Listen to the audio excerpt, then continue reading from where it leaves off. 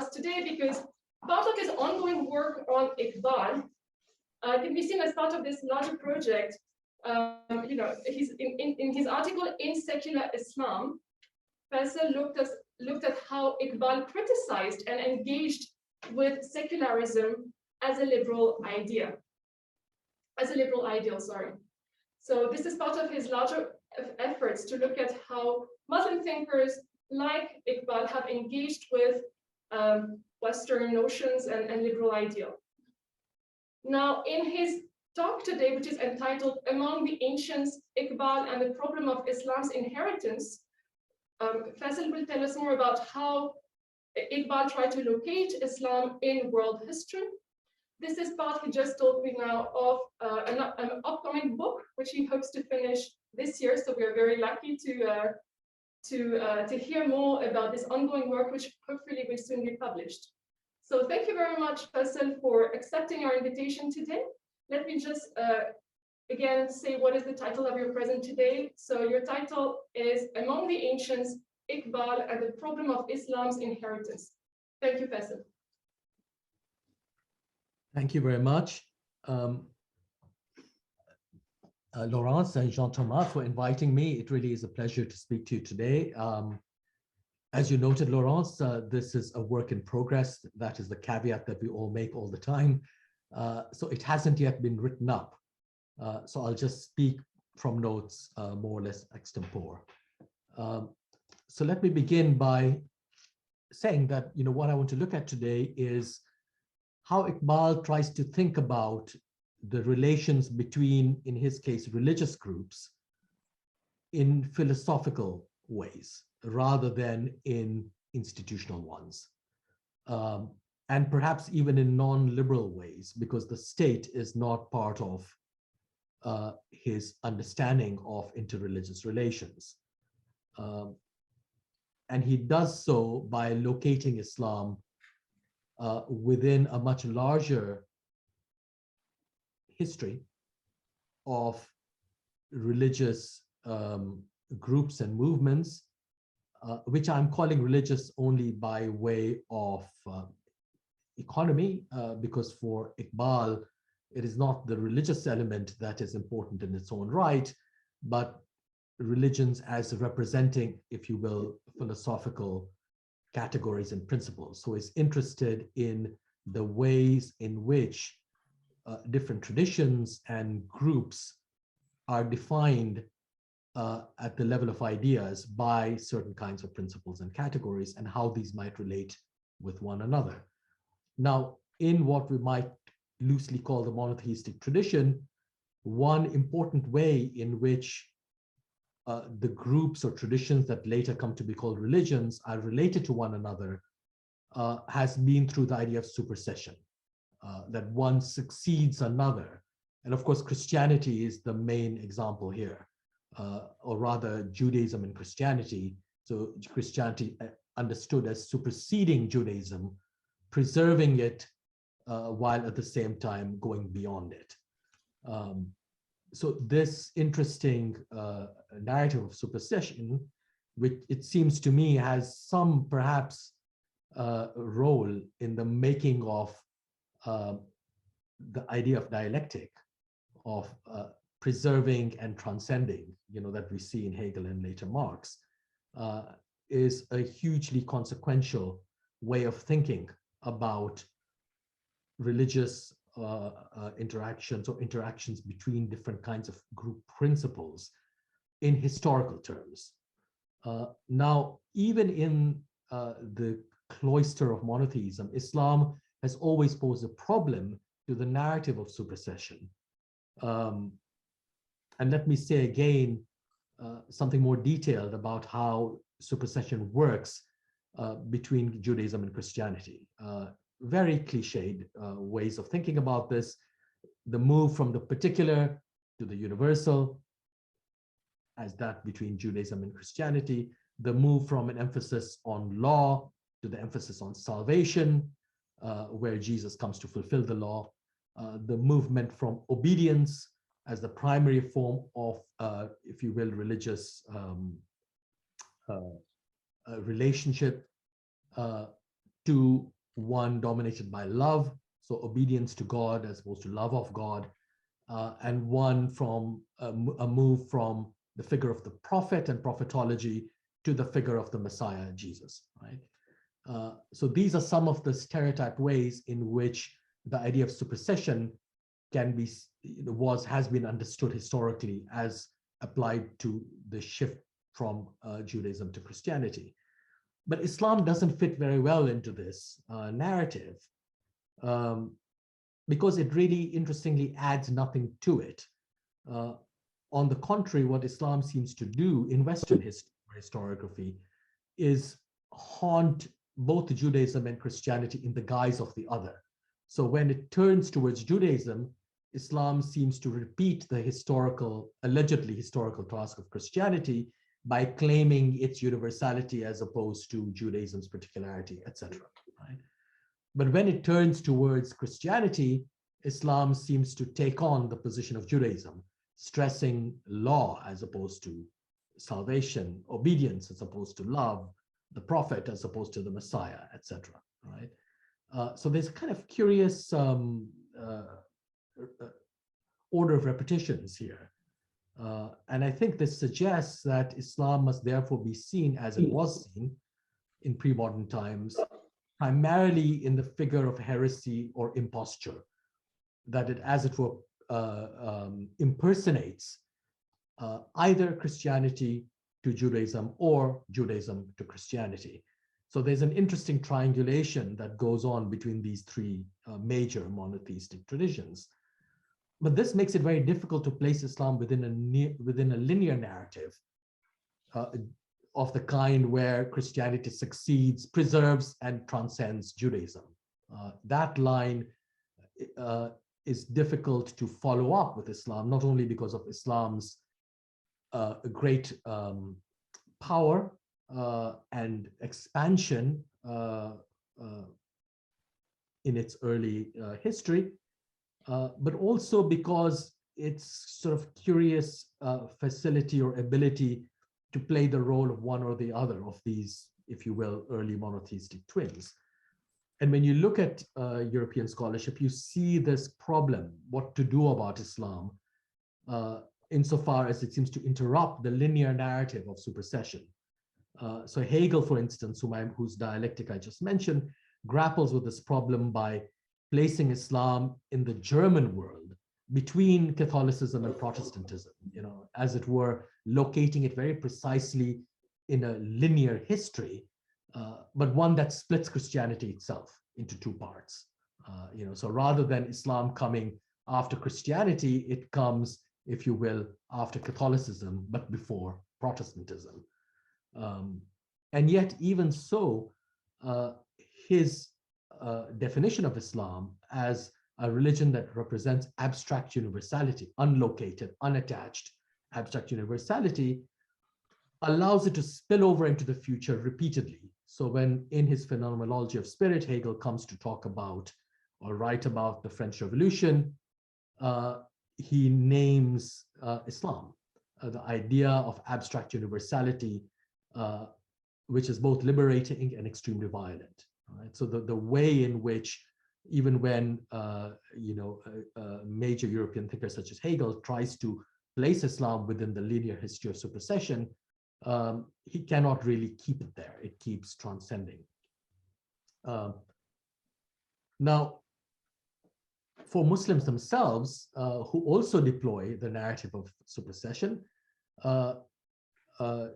they do it vis-a-vis Judaism and Christianity, as I said, but they also do it in other parts of the world in the relative absence of Judaism and Christianity.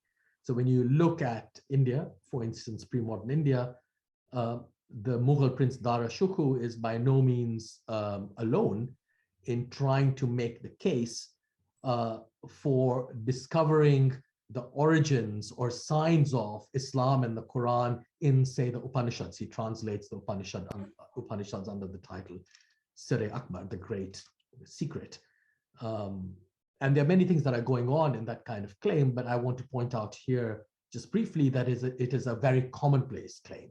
So in India too, with non-monotheistic religions, you have the narrative of supersession working itself out in very complex ways. Now, moving to Iqbal, Iqbal repudiates these traditional Muslim efforts to repeat the gesture of supersession, nor is he interested particularly in the problem that Islam poses to the Christian narrative of supersession in Europe. What he wants to do is place Islam in a different kind of relationship with its predecessors, not only within monotheism, but beyond monotheism. Now, he is insistent, at least in one sense, upon the linearity of history, because for him, Islam is the youngest religion. That is to say, the youngest world religion, right?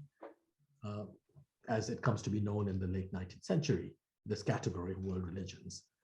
And as the youngest, Islam, he thinks, is heir to the past, to its whole religious or philosophical past, and precisely because of this is capable of putting its predecessors into a new relationship with each other within itself as contemporaries.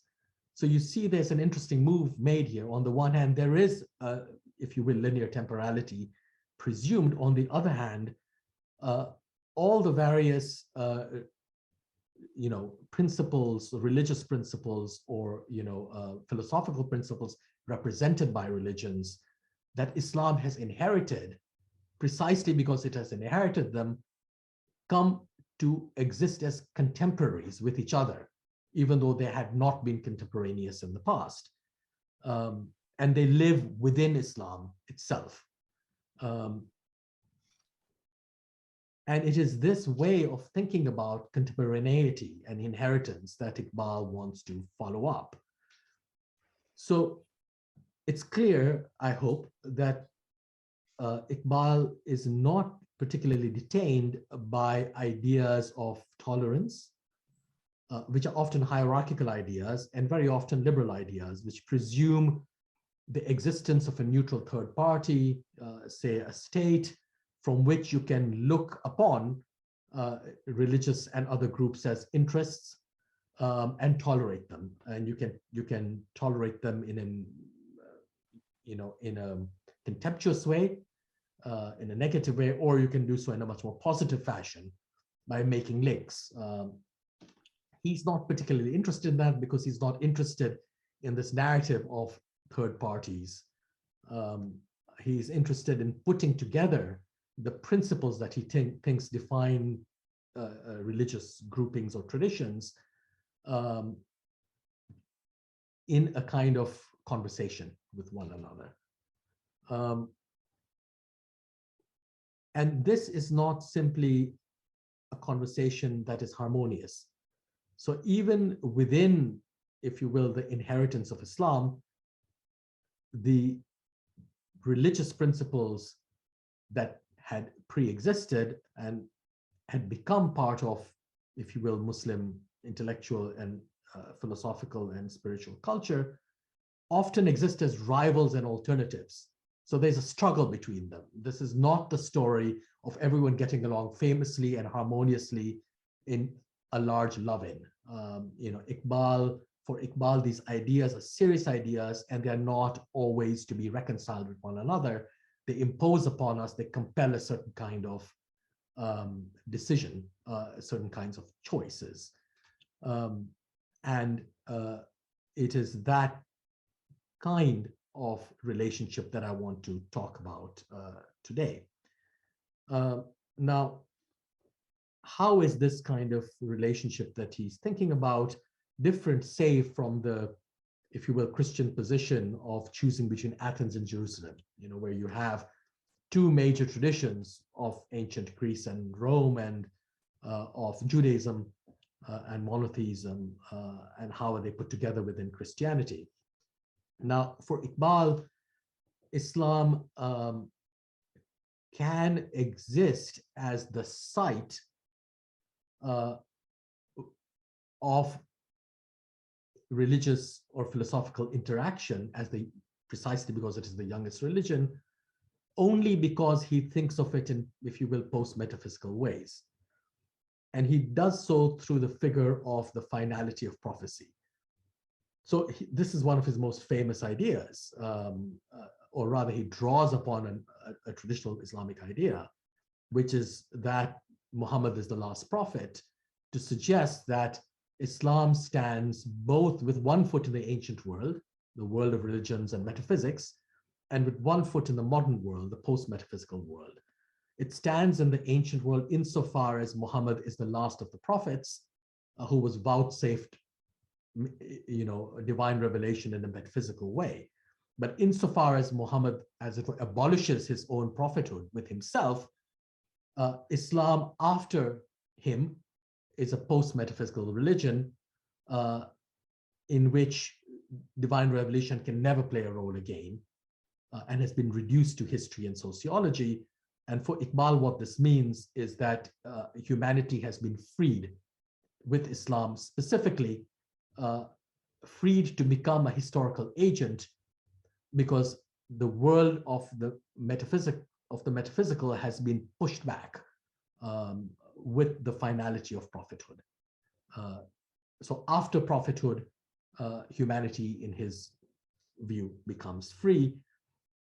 And this means, of course, that Islam is, in his vision, interesting because it can both participate in the metaphysics of the ancient past, and yet it can stand apart from them at the same time. And this allows it to bring, if you will, traditions, principles, philosophical categories together in a way that doesn't presume an attachment to categories, say, like salvation.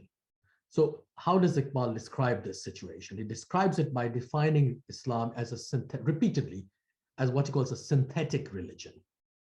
So rather than being a purely original revelation, it brings together different ideas and practices from the past and puts them together. So Islam brings its predecessors together within itself. And insofar as it does this, it allows for the interaction, the contemporaneous interaction of these traditions. And at one or two points, he actually uses a phrase, points of contact, that's the phrase, that Gandhi also is quite fond of using. And it's quite interesting, they're contemporaries, of course. Gandhi uses it to talk about how even in moments of great rivalry, say between Hindus and Muslims, they always are points of contact, or as he puts it, if you were to look at the Quran and look at the Gita, they are very different books. But nevertheless, there are many parts of each book which are in agreement with each other, not because of a prior philosophical agreement, but because they cannot entirely separate out from one another. That there are certain forms of moral thinking and philosophical thinking even that are shared not through history or intention, but if you will, almost by coincidence. And we should rely upon those points of contact to make new forms of interreligious and therefore social relations possible. So Iqbal also uses that term points of contact, but he uses it in thinking of Islam as a deliberately synthetic religion. So what he's doing is, as it were, ditching the idea of supersession altogether for, if you will, a kind of a vision of cosmopolitanism. But this means that Islam can only reveal its historical meaning as a synthetic religion where it is not dominant. So a very interesting claim. In 1932, when he's returning from the Roundtable Conference in London, Iqbal stops in Madrid and gives a talk. And in that talk, he describes the way in which Islam as a synthetic religion whose role is precisely to bring together, as the youngest of the world religions, all its predecessors and contemporaries together through itself and even within itself. That role has been best manifested on either end of the Islamic world, in Spain and in India. These are the two places he mentions. Right? So both cases, of course, are cases where Muslims are a minority, where Islam is not the dominant religion, and where other traditions exist in very large and substantial measure. But for Iqbal, it is precisely in these places, therefore, that Islam's true work can be done. In Spain, he says, the study of the convivencia is a study of something that has historically passed on. It's a purely historical study. But in India, this task is still occurring. The task of rethinking religious and philosophical and therefore social relations. Now, let me move on to say something about how Iqbal goes through some of the details of his vision of religious interaction in some of his works. So the Javed-Nama is his sort of epic Persian poetic work of 1934-35, I think it's published. And it's a work in which the narrator is taken on a planetary or interplanetary journey where he meets all manner of people and spirits from the historical past and has conversations with them. So already you see the kind of cosmopolitanism I briefly mentioned earlier working itself out here, because what do we have in the Javed-Nama? We have the Pharaoh who persecuted Moses in the Bible, conversing with Lord Kitchener, both of whom drowned, right? The Pharaoh in the Red Sea. You have Afghani, the pan-Islamist of the late 19th century, conversing with Lenin. You have the gods of antiquity, Baal, etc., of Middle Eastern antiquity largely, coming back to life in nationalism, because Iqbal thinks nationalism is nothing but idolatry. You have all these interesting figures from different periods and different places who are, as it were, pell-mell put together in the Javed-Nama and almost compelled to talk to one another, reducing their historical differences to philosophical ones, which can, as philosophical differences, be contemporaneous. They are contemporaries, therefore. And this only happens, as it were, through the mediation of Islam as the latest or the youngest religion, which has fallen heir to all of these, if you will, ideas and categories from the past. What the Javed-Nama also does in one of its sections is bring together major religious founding figures in the sphere of prophecy. And these are the Buddha, Zoroaster, Jesus, and Muhammad. And the Buddha is seen as, or rather Buddhism is seen as being defined by its grappling with the problem of externality, the problem of pain posed by the external world, which must be reduced to Maya, to illusion, right? With Zoroaster, you have a grappling with the idea of unity, because of course, Zoroastrianism is understood, at least by Iqbal, as being about a philosophical thinking of not dualism, but conflict, the good and the bad, God and the devil, the light and darkness, etc. So how do you actually achieve unity? With Jesus and Christianity, it is materiality, the material world, that is an obstacle that Christianity has to address itself to.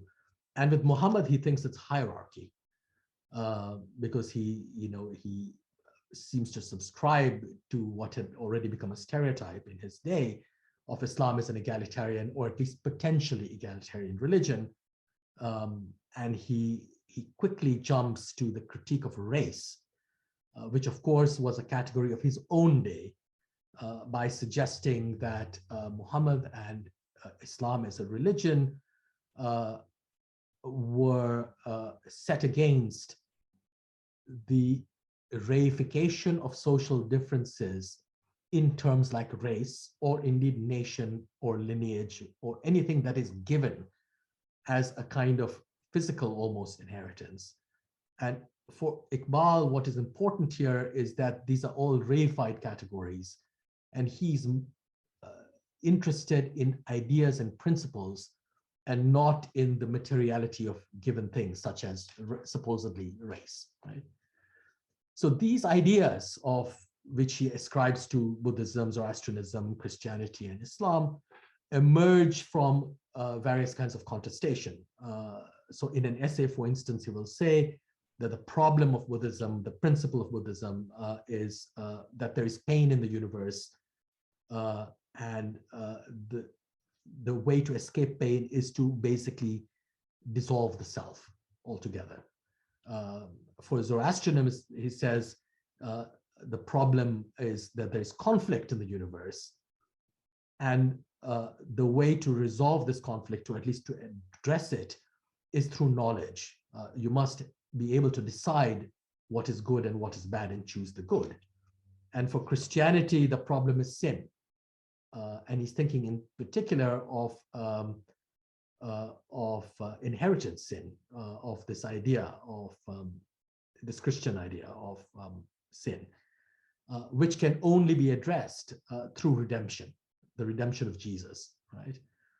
And for Islam, he thinks the big problem is fear, that there is fear in the universe, not sin, not pain, not conflict, but fear. And Islam's task is therefore to create fearlessness through the will. So not redemption, not knowledge, not the dissolution of the self or renunciation, but rather will. Now you can see already Iqbal, who is a fan of the German philosopher Nietzsche, you can see where some of this stuff is coming from. It's a highly eclectic and self-consciously eclectic thinking. So Islam, to repeat thus, for Iqbal, depends upon individuality and action rather than renunciation, redemption, or understanding. So here is one way in which he's trying to link, if you will, religious principles and show the differences, but also relations among them. Now, in his PhD thesis from Munich in 1908, called The Development of Metaphysics in Persia, Iqbal provides us with another example of Islam's relationship to the past and its past in particular. And what this text does, it's a very interesting text, is it inserts Islam into another philosophical problem, bookended by Zoroaster and Baha'u'llah, the founder of Baha'ism, right? So here, very interestingly, Iqbal is not claiming that Islam is an utterly original development that has its own philosophical problem to address. He does think it, of course, but what he's doing is inserting Islam into a pre-existing philosophical problem, which is the problem of dualism or duality, I've just spoken about in terms of Zoroastrianism. So the thesis begins with Zoroaster and it ends with Baha'u'llah, and in between is Islam. Right? So Islam is there to solve the historical problem which it has inherited. How does it do so? And what is the problem? The problem has to do with dualism as the relationship of the one or the self or the idea, either of these things, and what lies outside it. Now, in Zoroastrianism, which Iqbal thinks really formulates this problem of dualism in a much more original way than the Greek thought, and I'll come to that, it is the question of light or darkness, or God or the devil, right? That's how dualism manifests itself. And for him, this is interesting because the dualism here is properly agential. Both sides have agency, whether it's light or darkness, or whether it is God or the devil. It's a real conflict, and it's potentially infinite. Right? It's, in his view, truly philosophical, and I can come back to this in the discussion because there's a lot more entailed in this idea of dualism. But what Iqbal does, he counterposes this Persian dualism with the Greek dualism, which he thinks is inherited by Christianity later on, of God and matter, or what eventually becomes of subject and object. Right? Here, you don't have the infinite, and you don't have agentiality on both sides of the dualism. What you have is the agent on one side and an object on the other. So it's a vision of dualism that is finite, and that is instrumental, based on, say, techne, and it results, Iqbal thinks, in a set of relations, philosophical relations in European history, which revolve around the following kinds of oppositions: subject and object, spiritual and material, etc., etc. All of them being about the subject dominating something outside it that is seen as being inert, whether it is the object or it is matter as opposed to spirit or whatever. And this, it thinks, is a deeply violent way of thinking about a relationship, in this case, a dualistic one. Now, Greek dualism, Iqbal argues, enters Persia with Islam. So here is a nice, if I don't know whether you want to call it an irony or perhaps a paradox. Islam is there to resolve Persia's philosophical problem, but it can only do so at first with the help of Greek dualism and Semitic law. All right, so both Islamic law, Sharia, and the Jewish law. The two come together with the conquest, the Arab conquest of Persia, and in the subsequent philosophical history of Persia, Greek dualism is, as it were, defeated, but defeated in such a way that it has, in the process, ended up fulfilling the Zoroastrian or the original Persian version of dualistic thinking. And what that does, in Iqbal's view, is privilege two ideas: infinity, as opposed to what he takes to be the Greek idea of finite and therefore technical or techne-based instrumental relations. So you have an infinite relationship and, if you will, conversation or dialogue, as between light and darkness or God and devil. And remember, for Iqbal, the devil is not, might be a negative, philosophically negative category, but he values the negative as being the principle of movement. So the devil is a hero in Iqbal's work. You should just realize that. This is not about good and bad, in other words. Now, the relationship of India and Persia is also invoked in this text in the development of metaphysics in Persia. And so he's moved from a relationship between Persia and Greece, which is resolved, as it were, in a certain way by Islam, by the entry of Islam. I hope that's clear. In the same text, he also shifts to the relationship between India and Persia, right? So the relationship of Persia and Greece, of course, is classical. It's classical in European thinking.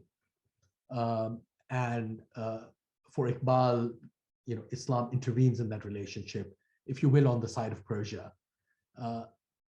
He then moves eastwards.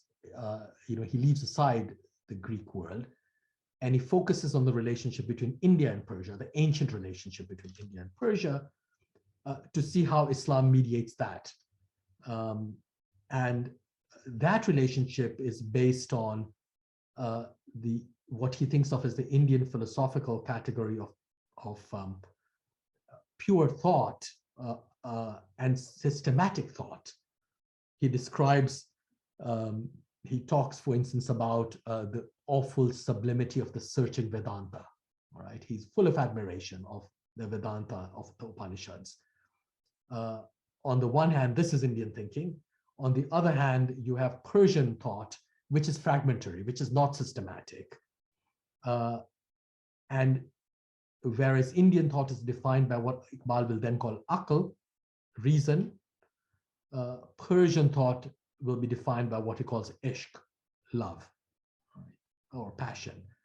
And for those of you who know Iqbal, you know that these are two of the major categories that he deploys through his poetry. And sometimes he prefers one or the other. Sometimes they hang together, as it were, parallel. And sometimes, they're in a kind of tense relationship with each other. Neither can do without the other. Now, as the youngest religion, then Islam is heir to its predecessors. And for Iqbal, it, if you will, occupies the role of Persian philosophy, the unsystematic, if you will, focus on the heart, what he calls the heart, as opposed to the mind, because Iqbal thinks that appeals to the mind obviously are not bad things, but they have no transformative potential. And for him, caste is the great example of this, that appeals to the mind in ancient India had no effect on the hierarchies of caste. Even though, of course, he praises the Buddha as being the first to criticize the order of caste, followed only by Guru Nanak later, right? Islam is nowhere in this picture. It's quite interesting. So you have Aql and Ishq, if you will, Vedantic thought and Persian thought, and Islam then becomes heir to the Persian. So you have here, I hope I have managed to show an interesting set of invocations, historical, philosophical, religious. They're put together in very complicated ways. But I'd like to end by suggesting that while Iqbal thought that Islam as the youngest religion was heir to its predecessors, which it could therefore put into conversation with each other through itself, in modern times, Islam itself has become an inheritance for others, in another example of circularity. You know, just as I began this talk by showing, I hope, how Islam interrupted the linear narrative of supersession with Judaism and Christianity by circling back in the guise of each to the other. With Iqbal too, you have this gradual consciousness that rather than being just the youngest religion, Islam itself has passed into history and has become a kind of inheritance for the future of another kind. And there are two ways in which this works. One is that Iqbal consistently writes about European empires and compares them to Islamic empires, not by saying the Islamic ones are better. He doesn't like Islamic empires. He thinks that the Muslim imperial venture destroyed Islam as a philosophical project, or nearly destroyed Islam as a philosophical project.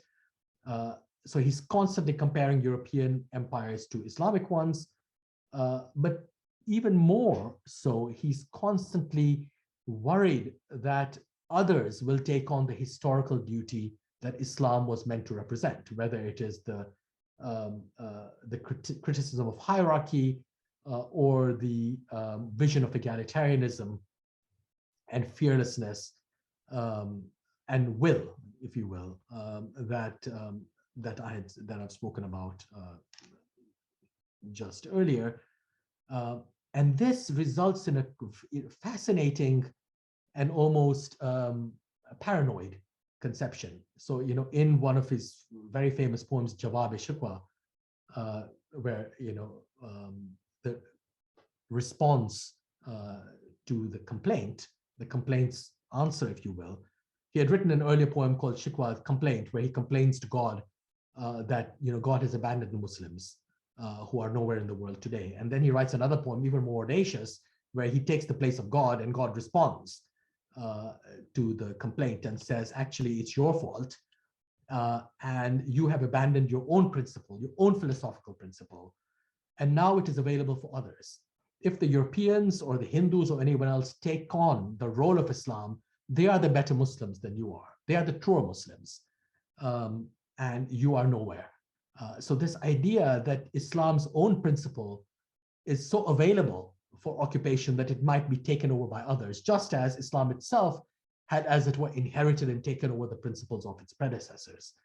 So another kind of competition is set up. At the very end of his thinking, you know, Iqbal switches, if you will. Islam from the youngest religion becomes part of the world of the ancient past. And I will end by saying that for him specifically, the biggest challenge was posed by communism. That Iqbal described communism, he described Islam as communism plus God. And I can't help thinking that this is a direct reference to Lenin, who of course described communism as the Soviets plus electrification. Right? So I think Iqbal knew it, and there's a lot that might be said about what plus God means as opposed to plus electricity. So he understood communism as being the greatest threat to Islam because it was the closest to Islam in its project of egalitarianism. And it might indeed take over the Islamic project, because once these projects have been reduced to philosophical ideas and categories, they are no longer necessarily attached to the historical groups that produced them. They have become free, just as Buddhism, Zoroastrianism, etc., Christianity had become free within Islam itself as their inheritor. So I shall stop there. Thank you.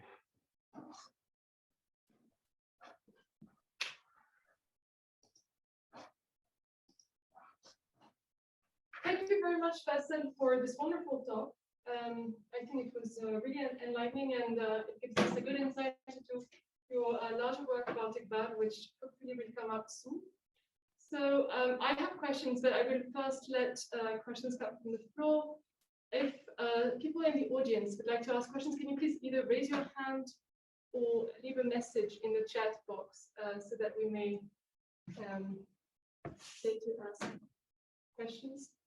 I don't see a raised hand right now, so maybe I'll start with the end actually of your talk, if you allow me, where you say that by the end, by the end of your presentation, so you say that Iqbal was scared in a way that Islamic principles may be used by others. The philosophical categories, the philosophical principles of Islam may be used by others. Why was that becoming a problem for him in a way, since he talks about the universality of Islam? Why would it be a problem if the Islamic principles are no longer associated with the historical groups that produced them? I think you're muted. Just a second. Sorry, I think Faisal, you're muted. I think we were just unmuted quickly. Sorry about this.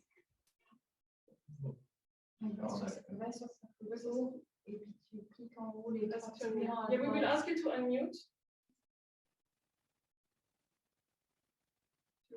There. Perfect. Oh, no. No. Oh, no. Okay. Yeah? Thank you. Okay, thanks. No, thanks, Laurence. Well, you're right in the sense that in one sense, he's not worried, because after all, this is this only shows the expansiveness of, if you will, an Islamic, a set of principles that were historically incubated in Islam, but don't have to be attached to it. So he's not worried about that, but he's worried about Muslims themselves losing their own links to something that had historically been part of their, if you will, tradition, and which had been a tradition that had been in part obscured by Muslim empires, but also in some ways encouraged by them or despite them. And if they were left without an attachment to any principle, then they were nowhere. That's the problem. So they were now in the position where they might have to learn, if you will, of themselves from others. So this kind of strange idea of recovering yourself from the other. And the other here is very often the European other. He's of course very critical of colonialism, and I already described his the way in which he thinks that it and other forms of European thought and power are based upon Greek ideas of techne and dominance and all the rest. So he doesn't want if you will, a full-scale appropriation of European philosophy or categories for Islam by way of recovery. That was an earlier 19th century project where figures like Sayyid Ahmad Khan or Sayyid Amir Ali would say, oh, European thought has only been made possible, modern European thought, through its prior engagement with Islam in places like Muslim Spain, through the translations of Greek philosophy in Arabic, and then from Arabic into Latin and other European languages, and through. This is a very familiar apologetic argument, which these figures had been making. Iqbal is not, he doesn't entirely repudiate it, but he's not that keen on it. So he's not an apologetic thinker in that way, saying we must get closer to Europe because we find ourselves in it. What he's afraid of is that the, if you will, philosophical principles of Islam, which are in any case not specific to it, because Islam is a synthetic religion, remember. Once Muslims themselves let them go, as God says in the Jawab al-Siqwa, to Muslims, you let them go, you're nowhere. They will get the hur or kasur, the huris and the palaces and paradise. It's them, the Christians and the Hindus or whoever else, who are going to get that stuff. They will benefit. They, in fact, are the true Muslims. And he talks about Ayn Islam, the habit or even the constitution of Islam as being something that is now in the possession of others, not as being conquered by others. The others have literally become Muslims in this sense, at least in part. So one of the problems of thinking in the way that Iqbal does, by reducing everything into ideas, is that ideas are easily assimilable. And anyone can therefore have them, which makes him both happy and very nervous at the same time. So it's a kind of turning to Muslims themselves and saying, the problem here is that if you lose sight of any principle at all, then you are nowhere. Then you're just grasping at straws and you will lose your cohesion. Now, for him, the interesting example of this is Judaism. So in the Javidnama again, he says more than once, look at the fate of the Jews. On the one hand, is admiring, despite centuries of persecution, they have held together globally. And that the principle behind that religious or philosophical form was so strong that it gave rise to at least two other major forms. But also, despite dispersion, minoritization, and persecution, the Jewish people still exist. That is a great example for Muslims, right? So it's a bizarre example, because on the one hand, you have a very small group of people dispersed. On the other hand, you have this vast numbers with absolute majorities in many parts of the world, but he nevertheless makes it. But at the same time, the fate of the Jewish people is for him a site of great fear, because he talks about the grape, like the wine is being squeezed out because of the loss of political power, of Jewish political power, and the inability to control their own society. So again, a kind of paranoid fixation, because it's difficult to argue that this is going to happen to Muslims, despite colonialism, given their large numbers, etc. So, Iqbal's, circles around, again, his predecessors, in this case, Judaism, and notes that the problem is not the death of the principle will survive, and it'll survive to engage in more debates and conversations in the future, but the Muslims themselves may not. I just ask a very quick follow-up question, and then I, of course, let other people ask questions. But just in following up on what you just said, how does he speak of the notion of tradition, and how does he articulate it with the idea that Islam is a synthetic religion that draws upon different religious traditions precisely? Because the notion of tradition, of course, is much more comprehensive than philosophical categories. There's a notion of history, there's a notion of past, present, future, and of a people often associated with it. That doesn't seem to be fully incorporated in the way he thinks of Islam as a synthetic religion. So how does he articulate the idea of religious tradition along with the idea of Islam as a synthetic religion? I don't know if my question was clear.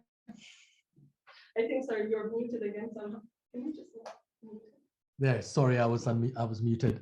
Yeah, no, I heard you very well. Yeah, it's interesting because again, on the one hand, he's very historical, as you see, all these references to personalities, and on the other hand, he's not so keen on history because he wants to make them all contemporaries as forms of thinking. And he does that, as it were, through their historical inheritance in Islam itself. I call his thinking cosmopolitan because he allows all of these otherwise historically specific ideas and forms from different periods and places to coexist on a single plane, as he does in Javed Nama and in many other places. So he's also interested as a philosopher in reducing history to ideas and seeing how they survive their own past. Now, if you will, as a Nietzschean, but also as a great admirer of Henri Bergson, whom he met in Paris, he's a critic of linear ideas of temporality. And he's the thinker of Bergson's idea of pure duration, for instance, right? So, and pure duration might allow for this, what I'm calling cosmopolitan, way of considering the past. So Iqbal is also a critic of the past, present, future vision of history.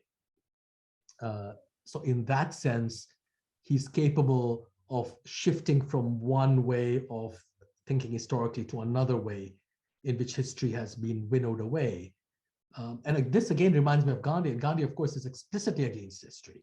He dislikes history because he thinks historical forms of knowledge are necessarily colonial and imperial, since colonialism survives on, as it were, a diet of historical thinking, where people require time in order to be matured, and then only will they be allowed to, if ever, rule themselves. So again, you have an interesting comparison between Gandhi and Iqbal, who are critics of historical consciousness, but from very different directions and in different ways. So Shikwa and Jawab-e-Shikwa are very historical poems, for instance. He goes through various events and things like that, but in other parts of his work, he's not interested in this at all. So in the Javed Nama, you have these figures, Pharaoh and Lord Kitchener. How on earth could they be together? But they are. They are linked not by history, but by something else. In their case, drowning. They both drowned. One in the Red Sea, one wherever. His ship was shot down by the Germans. So, and that is quite deliberate. So let's say, just as he allows us to think of Islam as being both with one foot in the ancient world and one foot in the modern world, one metaphysical, one post-metaphysical, he somehow brings these things together. And also, what I neglected to mention in my talk is that for Iqbal, and one reason why he's so keen actually on Zoroastrianism, is that he doesn't like the idea of resolution. For him, and this is also the nature of the infinite, there can be no closure. This is also very much like Gandhi, the journey is infinite. It doesn't have an end. Anyone who wishes for an end, who wishes for union with the beloved or God, for everything to be resolved into harmony, is deluding themselves.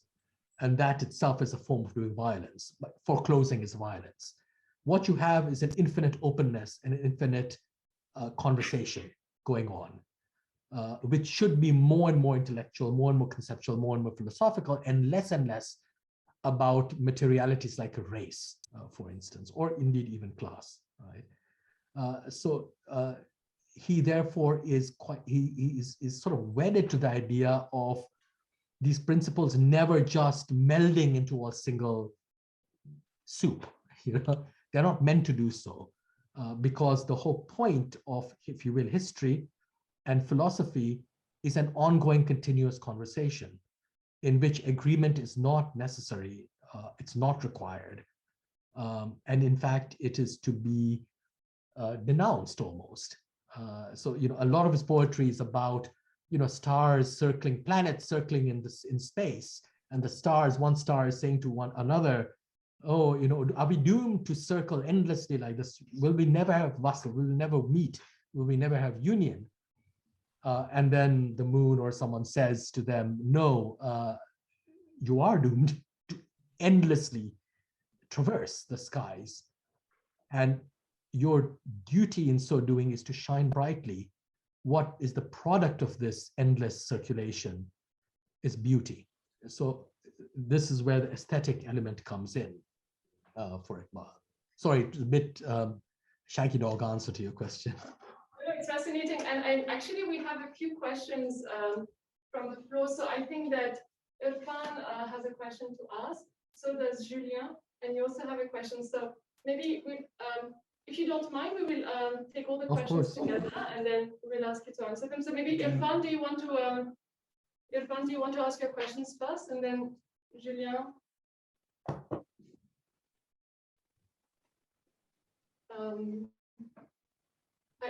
He can't unmute himself. Maybe he can unmute everyone. Sorry, just a second. Maybe if we can first take the question of Prerna Agarwal, because she's here with us while I'm unmuting. Sure. Please go ahead. Okay. Thank you, Faisal, for your very interesting talk. I had a question about, so you say that, Iqbal has this critique of Islamic empires at the same time as he's faced with the British Empire and then the power of the British Empire. So could you say a bit more about that critique that he's developing or has in kind of philosophical terms? And related to that, what are his ideas then about political power? Because there is a lot of discussion about Islam and political power and kind of a very specific relationship that exists between those two things. And finally, what is so how is he seeing communism and virtualism in that kind of field there? Does he see it as a threat, or does he see it as a competition, or even something much more something that he maybe look forward to? So what is the relationship? Is it just a thing about seeing communism as a threat there?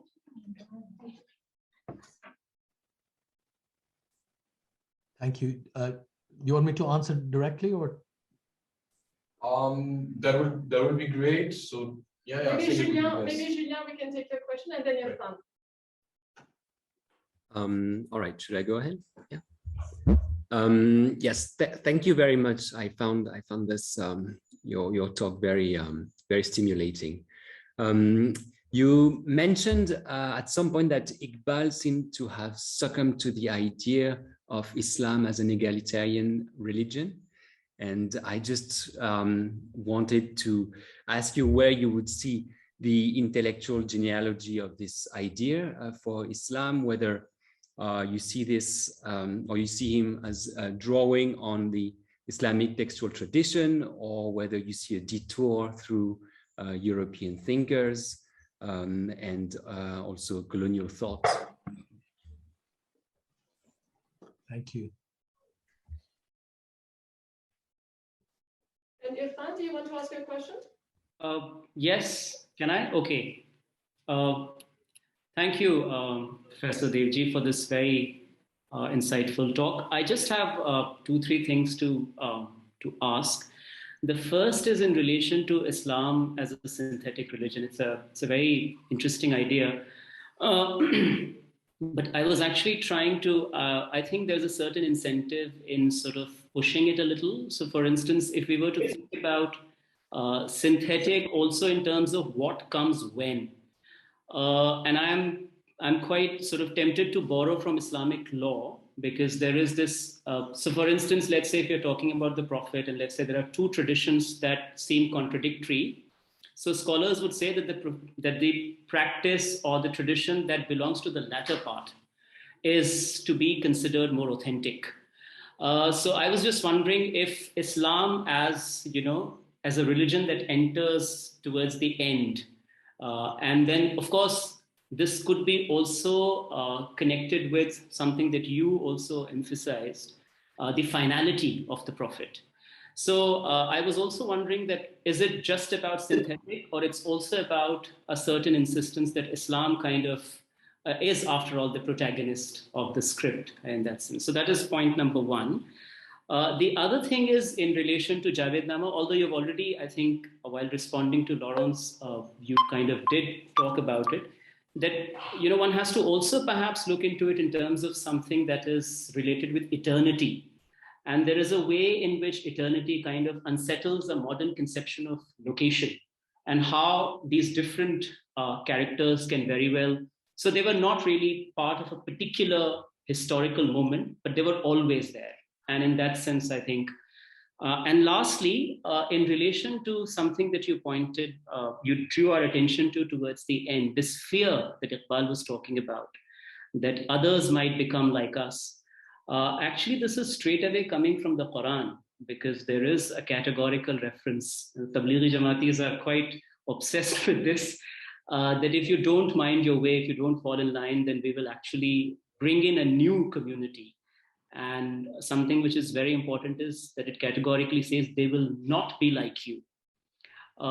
So this is something that's very much there. And the Prophet is also kind of, so I was also wondering whether it was just about a very, it was more about in terms of the erstwhile ongoing insecurities and fears, or it was because Iqbal's connection or his association with Quran is also something that people have written about. So these were just three things that I wanted to point out. Thank you. Thank you very much. Thank you for all those questions. On empire, you know, Iqbal's famous, I guess, 1930 speech, which is often taken as being a speech in favor of Pakistan, though of course Pakistan only becomes is only adopted by the Muslim League in 1940. Without even using that name.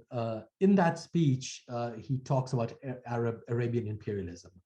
It's very interesting. So what he wants is, within some vision of a federated India, the making of Muslim majority provinces, which would allow Muslims to do two things. One, he's thinking specifically of the Punjab here, to resolve the issue of peasant indebtedness among the Muslim peasantry in Punjab. But two, and that is, if you will, the more Islamic reasoning, to create Muslim societies which are politically established enough to be able to deal with the problems of what Iqbal is calling Arabian imperialism. He seems to think and describe Arabian imperialism as being almost a kind of calque for European or British imperialism. And he argues that Arabian imperialism has, like European or British imperialism, has been a huge problem for Muslims themselves and others, and that if Islam is to understand itself in modern terms, or rather understand modernity in its own terms, it really needs to deal with the vestiges of what he's calling Arabian imperialism.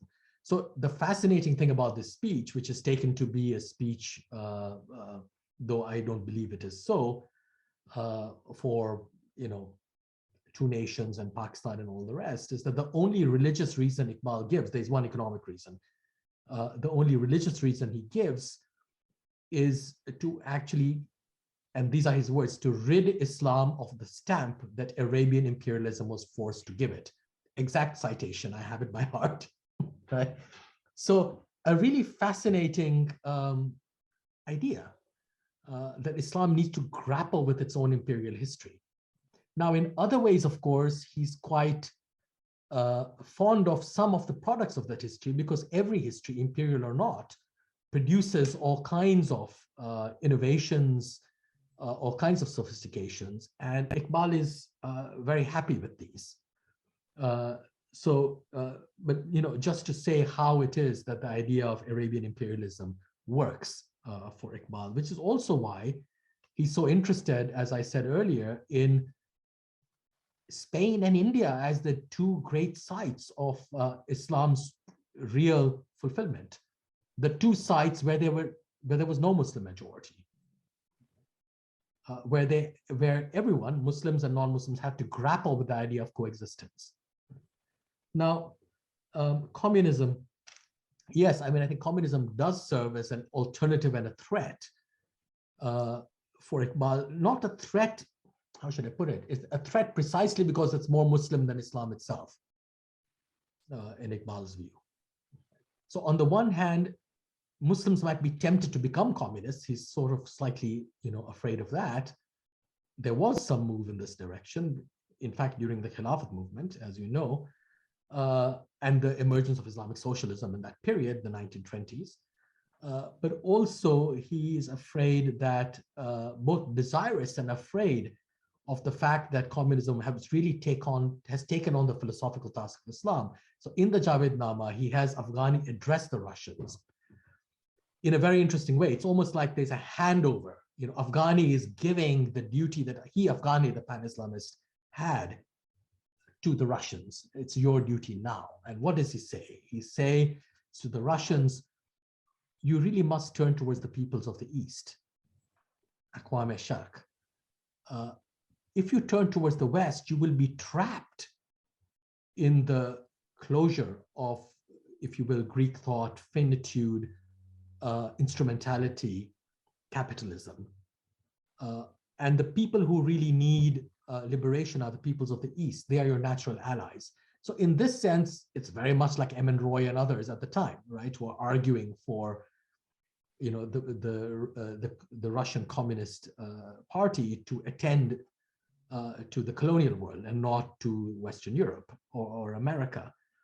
But on the other hand, he's also, Afghani, warns the communists, if you want to succeed, and Iqbal says this not only in Javednama, he has other poems to Karl Marx and to Lenin, right, where he says, if communism seeks to succeed, it cannot simply intensify the role of property and therefore materiality in social life. So the nationalization of property and its ownership by the state, the Bolshevik state, actually makes it an even more oppressive presence in social life than the capitalist forms of dispersed ownership of property. Right? So where he's telling them, you really need to understand what to do about property. And very interestingly, on this case, as in some others, he comes down on the Gandhian side, that property must be held in trust, that trusteeship is the way to amanat. He uses a Quranic term. Irfan will know, right? Amana.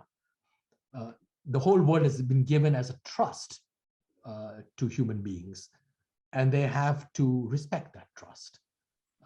Gandhi talks about trusteeship as a British legal principle, contractual, principle. So there is a critique of communism. There is a fear that it might take over as, if you will, Muslim virtue, but there is also a counseling of the communists. Like, learn from us, learn from the history of Islam. What works, what doesn't work, where you need to go, where you shouldn't go. And most importantly, if you get rid of God, and by God, of course, Islam, Iqbal can mean the theological idea of God, but also philosophically, God as the very idea of infinity, something that can never be reached, right? Of the completely open, of the ever open. If you don't have the idea of infinity and openness, then you have violence. Then communism itself turns in on itself and becomes deeply violent, not only through holding state property and therefore power against individuals, but also by becoming utterly instrumental, just as capitalists are instrumental. So there's a critique of communism that's going on here as well. It's a very interesting relationship of desire, of emulation, and of counseling that's going on. The second question about, also I might add here that he's not the only one. Ambedkar, if you look at his, one in a number of essays, but certainly the Buddha and Karl Marx, it's really fascinating. In the end, Ambedkar is not interested in Brahmanism. He thinks that the true competition of the future is between Buddhism and communism. And like Iqbal, he prefers Buddhism to communism, right? And communism is a threat to Ambedkar's form of Buddhism, which is about egalitarianism. So it brings me to the second question, egalitarianism. With both Ambedkar and Iqbal, you have these two religions being understood, Buddhism and Islam, as being egalitarian religions. And Iqbal also understands Buddhism as egalitarian, right? I mentioned earlier, He talks about the Buddha as being the first anti-caste figure, major anti-caste figure in Indian history. And the second is actually Guru Nanak for him. He has a poem on Nanak, right? Not since the Buddha, he says, have we seen this sort of thing happening. And he will even write poems to, say an Arya Samaji activist, Swami Ram Tirath, who is also an anti-caste figure, So there's a kind of history of anti-caste thinking, and Iqbal is he does this continuously, by the way. No one has studied it. Iqbal's thinking on caste. He's assiduous on this, but he doesn't always put Islam in that picture, which is also interesting. So there's the picture of caste hierarchy in India, in which Buddhism and Sikhism, etc., and the Arya Samaj are part of that narrative, but not so much Islam. Then there is the narrative of Islamic egalitarianism more generally. Right? And there, of course, the references are to the Quran and the Hadith, and they're fragmentary. But even more so to Sufism and to poetry, because Iqbal, while professedly very keen on the Quran and all the rest, in fact, his poetic oeuvre and all his categories, practically all of them, apart from the ones Irfan was referring to, are drawn from Sufism. And Sufism was of course, by Sufism, I don't mean just mysticism, I mean a philosophical vision of the world, was the hegemonic intellectual form in pre-modern Islam, right, all over the world. So he's drawing his ideas of egalitarianism from there, but of course they're also coming via European texts. Whether it's Gibbon was very popular among Indian Muslims at the time because he said nice things about Islam in his Decline and Fall of the Roman Empire, and towards the end of it. Whether it's Carlyle says all these wonderful things about the Prophet in his Heroes in Heroism. Whether it's Washington Irving, there are a series of such writers that these people draw upon, right? So it's a mixed set of sources. On Irfan's question on Nask, basically abrogation, and what comes later is what should be preferred. I'm trying to think. Iqbal does talk about Nask, and when he's describing the Prophet, but he talks about it in terms of his privileging of transience and change.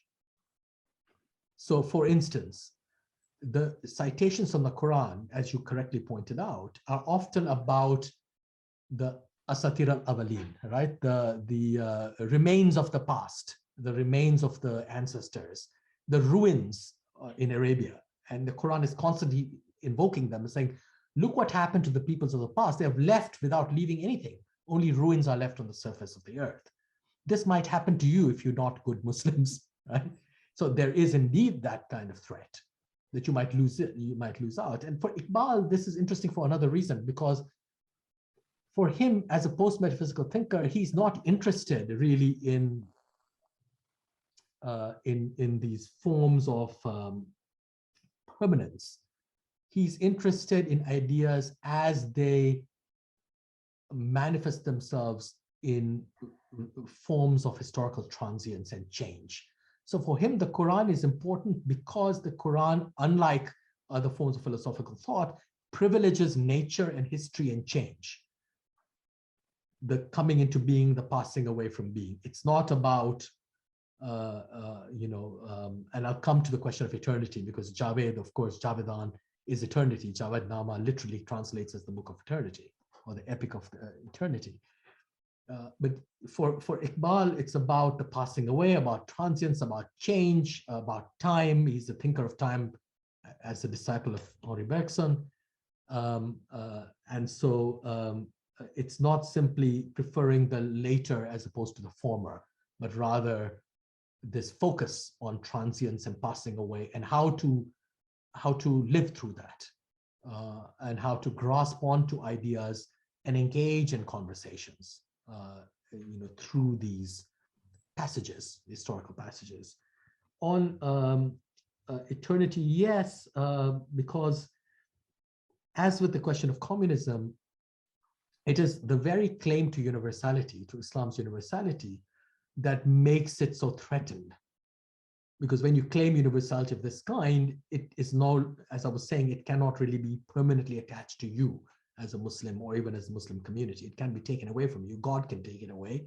You might lose it because you have not done your duty. And therefore, it'll go into the hands of others, precisely because it's universal. So I come back to this issue of desire and emulation and paranoia. So eternity of means, therefore, the fortification of a self, which is the only thing that Iqbal thinks can be immortal. It's the self. So he's not a thinker really of, going back to an earlier question, of political power, interestingly. He writes about it here and there occasionally. But for him, the big story is you must remake the self. The self must be remade in order to create a new present and a new future. And that is where the focus must be. And then kingdoms and parliaments and all can come into being. And he has his vision, his views of each. He often, like Gandhi in Hind Swaraj, he thinks that European forms of parliamentary democracy are simply forms of capitalism that legitimize capitalist inequality and oppression. He's not against republicanism, he's for it. So he's against the institution of the caliphate, for instance, though he regrets its passing. So, it's a complicated thinking, but he's not really a thinker of institutions. He's a thinker of the subject, of the self. He's Nietzschean in that sense, right? And for him, therefore, eternity is about the fortification of the self and its survival even of death. And he has the comparison here with samsara and with reincarnation is actually very interesting. And in the Urdu introduction of his first great Persian poetic work, Asrar-e-Khudi, it's actually a commentary on the Bhagavad Gita, right? And for Iqbal, the Bhagavad Gita is very interesting because he sees Krishna as being the greatest thinker of action. And Iqbal, as the philosopher will and activity, of course, is very interested in action. And he sees the idea of transmigration as a wonderfully sophisticated idea of immortality and of the infinite, because it doesn't stop. It goes in cycles and more. You have pralay and then you have more, right? And he quite admires that. He doesn't subscribe it. He's not taking it for Islam, but he, as it were, wishes to learn from it. And he compares Ramanuja, who he likes as a commentator on the Gita, to Ibn Arabi, the Spanish Sufi philosopher, as against. He sets Ramanuja against Shankara, whom he doesn't like, and Shankara he compares to Ibn Arabi, whom he doesn't much like either. He likes him on occasion.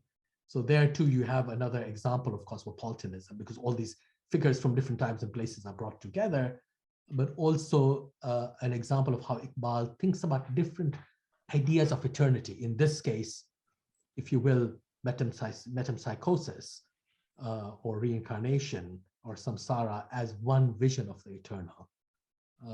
And of course, Islam, he thinks, has another.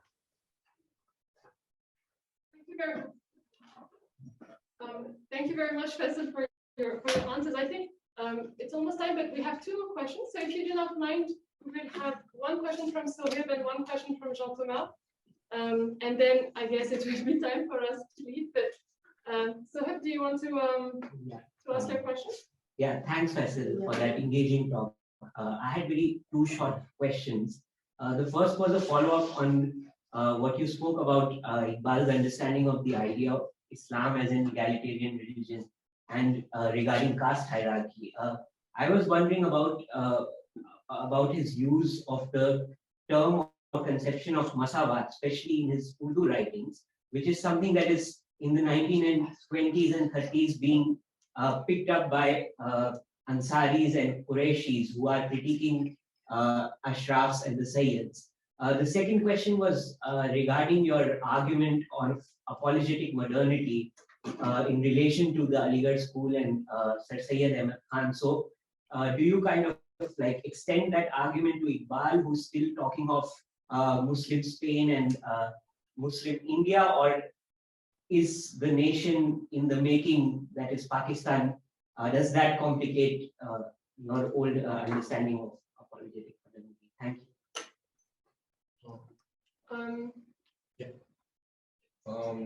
Thank you once again. I mean, I want to reiterate how fortunate we are to have you here and to reach audience from Europe and from India. A very quick question as a political scientist who tries to bring things to the present always. I wanted to ask you the significance of the political thought of Iqbal when it comes to secularism and the relationship between Islam and the state, in particular in India. And of course, to go back to what Prerna was saying about political Islam, to which extent Iqbal is like with, I don't know, GM Syed and others, central to discourses on Islam nowadays from political parties who try to reclaim its legacy. And finally, to revisit again the dichotomy you were mentioning between Islam and communism. And of course, I know that at the time Savarkar and others were not that much central in the conversation, even though they were producing their own political thought. I was wondering to which extent Iqbal was engaging with Savarkar and political Hinduism at the time. There's a question from Samuel also. And from Eve also, yeah. Eve. So maybe, if you don't mind, Eve, we will let Samuel ask his question while we unmute you. Actually, it's two questions, if I may ask. My first one was related to the beginning of your talk, when you were drawing how Iqbal was seeing Islam as a form of synthesis between Christianism and Judaism. And I was wondering if there was anything in his body of work related to the figure of Jesus in Islam, which, from my understanding, symbolizes quite well this union, because he's retained as a significant prophet, I guess, among the most widely cited in the Quran, but at the same time dispossessing him from his divine nature intrinsically, and keeping him under the law of God and so on. So was there anything about that in his body of work? Second question, the way Iqbal is singling out from every religion this kind of essential truth, it reminded me a bit of some other school of thoughts that emerged, like regained some interest towards the end of 19th century and early 20th, namely the perennial philosophy, or this whole theory about the primordial tradition that would have existed before all the different religions, or even the theory of the archetypes of Jung, or even esoteric movements like theosophy that were quite significant in India. So is there also any contact with these school of thoughts? That was also my question. Thank you so much again also for the presentation. Very, very inspiring. Thank you very much. Sorry, if you don't mind, Faisal, I think Eve has one more question, and then I promise we will let you go. It seems that your talk has, triggered a lot of questions, so that's fantastic. Please, Eve. Thank you, Faisal, for this. It was really nice, and I was just wondering about this mention of India and Spain. There are places of Muslim minority, as you said, but they are also they have been compared a lot as places of Islamic decline. So in this larger rhetoric of decline and progress, and I was just wondering whether you could say a bit more about how Iqbal addresses and makes sense of historical change in his vision of nonlinear time. So thank you. Thanks very much, Eve. On equality, masawat, it's really interesting that you're right, of course. And what's fascinating about Iqbal is that everyone seems to be able to use him. When I used to work in Tajikistan, in sort of recently in the immediate aftermath of the Cold War, I found that because of Iqbal's poems on Marx and Lenin, he was considered a great communist poet, because of course Tajik and Persian are, equivalent languages, so they read him in Persian, but only certain bits of Iqbal. Then, of course, you have the Islamist bit of Iqbal, and you have the liberal Iqbal, and he's one of those figures, I suppose, in some degree, Gandhi's as well. And they're similar because they're both quite critical, and if you will, critical of liberalism and of the state. And Gandhi is a kind of full-fledged anarchist. And that makes them quite, it's impossible to really place them ideologically or politically. Anyone can have a piece of them. And this is true of those who think about equality as well. So Iqbal mentions caste on a number of occasions, but of course he also mentions class and the role of the peasantry in particular. He's sitting in Punjab, he's from Sialkot, he knows about this stuff somewhat, and he doesn't come from an elite background, let us remember. I think the grandfather, something might have been a tailor, converted from Kashmiri Pandits. So he is actually not like most of the people we think about as, Muslim intelligentsia, Ashraf intelligentsia. He is like Jinnah in that respect. They become parts of the elite, Jinnah through money, and Iqbal through education. He's never rich, but they are not from it. So I think there is a way that we should be able to think about such figures differently instead of clumping them all together with the Ashraf. And maybe that's why Iqbal can think about caste slightly differently. On apologetic modernity, I don't think he's not really apologetic, because he is, on occasion, he seems to slip into that.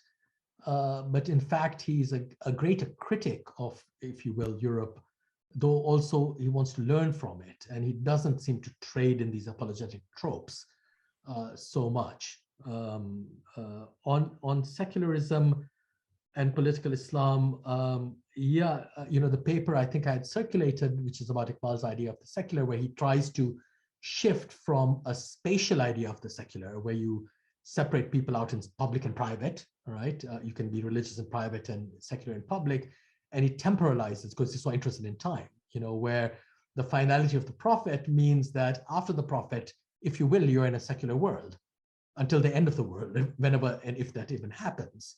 And this works with the finality of prophethood. On the one hand, humanity becomes free. So he thinks Islam is the only religion that abrogates itself. Speaking of Nask, it cancels itself out, not as a religion, but as one that has continuing metaphysical or divine knowledge to offer. And that's the Sunni form. The Shiite form is with the vanished Imam. As long as the Imam has vanished, we are free. Because we cannot, without being blasphemous and sacrilegious, institute a truly religious society on earth, as long as the Imam is not there. So you have the prophetic principle, which is about finality, a messianic principle, which is yet to come. But in both cases, what you have is the imperfect world we all live in, and that is necessarily a secular world, for Iqbal. But he's making it a secular world in terms of time rather than space, and by dealing with metaphysical ideas. So the politics, as I was saying, he can be used here and there. I would suggest that in a way, the problem of Muslim thought in this period is not really about making an Islamic state. That's a much later thing that happens. And even there, they're like Gandhi, deeply suspicious of the state, of the modern state. These are actually anarchic thinkers, including people like Maududi, who's meant to be the founder of political Islam. What they want is a society that manages itself. Gandhi does too. But Maududi has a much cruder idea of it, where he thinks Islamic law is what should serve as the, as it were, motherboard of this society. All right. But Islamic law is not to be managed by the state. It's to be managed by the ulama, to learn people within society. So it allows society to run itself. and not have the state at all, or have a minimal state. So in that sense, they're quite anti-political from a status point of view.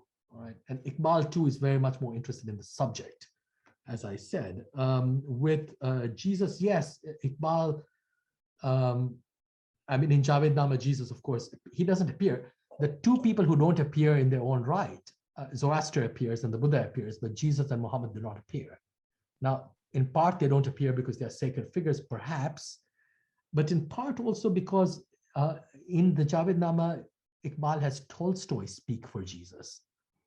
So he, again, interesting parallel with Gandhi, who, of course, for whom Tolstoy was his greatest Western inspiration.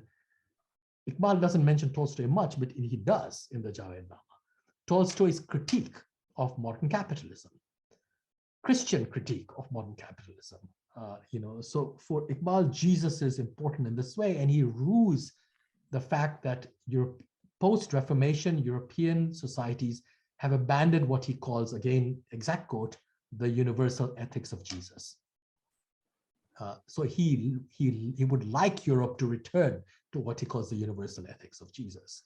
Now, the other thing about Jesus is that what he objects to, nice Islamic objection here, and in this he actually cites Ibn Arabi, who apparently says the problem with the European idea of Jesus as divine, it's not that it's divine, that's not a problem for Sufism. It's that with Jesus, God becomes man, and Jesus then becomes the only form for redemption. You need Jesus to be redeemed. Whereas for Iqbal, that is too much. Human beings do not need anyone to be redeemed. Any person, not Muhammad, not Jesus, not anyone. They are capable of their own redemption. And the other thing is that, and here he cites Ibn Arabi, it is not the descent of God to man that is important. It is the ascent of man to God. So it is the divinization of man. So you see, it's a completely parallel story to Jesus, where you have the incarnation of God becoming man.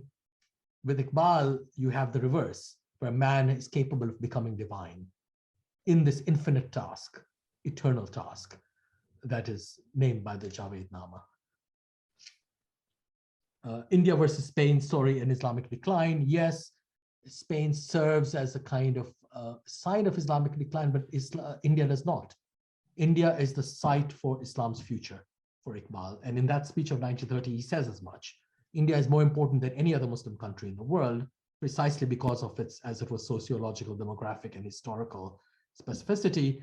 And it is a great experimental site for the making of a new society. And Iqbal says, if in India, we find a way of living together with all this difference, which he values, because that's what makes conversations possible, then we will have set a model for the whole world. Again, a kind of weirdly Gandhian idea. So he doesn't want to make everything Muslim. He doesn't want to make everything Hindu. On the question of the RSS and all the rest, Iqbal Singh Savea, who's written a book on Iqbal's political thought a few years ago, mentions that Iqbal actually wrote to the RSS requesting some kind of negotiation on the religious front. He thought what was happening in India from the 1930s, Iqbal dies in 1938, long before the Lahore Resolution and all the rest. Well, not long before, just before. Iqbal thinks what is happening is a civil war. It's a civil war by another name in India. And you have to rethink social relations and political relations in India, but you have to rethink them not only from the top down through institutions and negotiations, but from the bottom up through subjectivity, through rethinking religion and getting the resources from it, and making India part, as it were, of an infinite project, so that it's about opening up and not closing down. So I'll stop there. I know I've gone on too long. Thank you very much, Faisal. It was a wonderful presentation and a wonderful discussion. Thank you to all those of you who asked questions and to all those of you who also listened with very patience and interest. We are very happy to announce that in 2 weeks we will have a talk by Christoph Gilmanto, who will speak on a completely different topic. The title of this talk is How Many Died? Counting COVID Deaths in India. So that will be on the 28th of February. But let me thank you again, Faisal, for this wonderful talk, and we hope to have many other occasions to discuss your upcoming book with you. Thank you very much. Thank you. Bye bye. Bye.